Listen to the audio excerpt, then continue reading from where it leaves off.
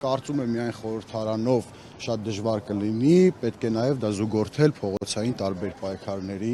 նախորդ խորհրդարանի ժամանակ նույնպես եղել են փողոցային բազմաթիվ պայքարներ, ցավոք հաջողության չի հասել, նախորդ փորձի, նախորդ կարելի ասել սխալների վրա պետք է ուղղել եւ նոր ճանապարհներով գնալ առաջ։ Ակտիվ խորհրդարանական գործունեություն ենք տեսնելու ձեր կողմից։ Բնականաբար եւ իհարկե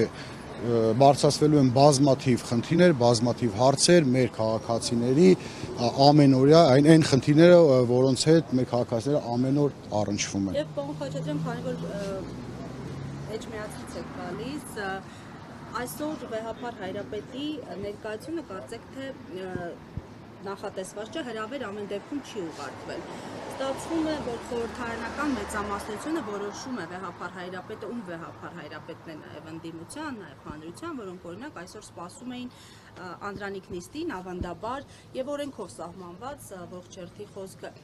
Ձեզ համար սա ընկալելի է, ձեր դիրքորոշումը որն է լինելու, եթե այսօր օրինակ վեհապարի փոխարեն ինչ-որ մեկը որոշի ելույթ ունենալ։ Իհարկե ընդունելի չի այդ մոտեցումը, որովհետև նաև սահմանադրությամբ է ամրագրված, որ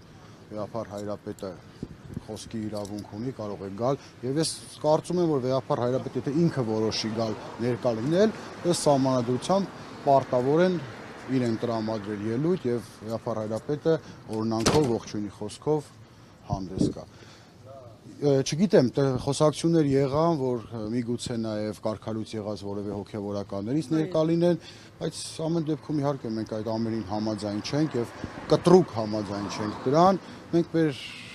դիրքորոշումը, մենք մեր կարծիքը տեղում կհայտնենք։ Եվ մի փոքր ճշգրտում էլ հաշվի առնելու, որ օգոստոսի 7-ին վեհապար Հայրապետի եւ 6 բարձրաստիճան հոգևորականների դատական նիստն է, մեկ այլ կարգալույցի ձեռամբ այսպես ներկայացված հայցի հիմքով, ձեր այսպես վերաբերմունքը նմանատիպ սցենարներին զուգահեռ սա նաև ուղղված է հանրայինեն շերտին, որոնք ընդդիմադիր են այսօրվա իշխանությանը։ Սա իշխանության կողմից արված խայտառակ քայլ է, այսինքն տեսնել, մենք այս ընթացքում շատ ոտնձգություններ տեսանք դեպի հայ առաքելական եկեղեցին, դեպի ամենայն հայոց կաթողիկոսը, բարձրաստիճան հոգևորականները, բայց պատկերացրեք, ամսի 7-ը շատ մոտ է,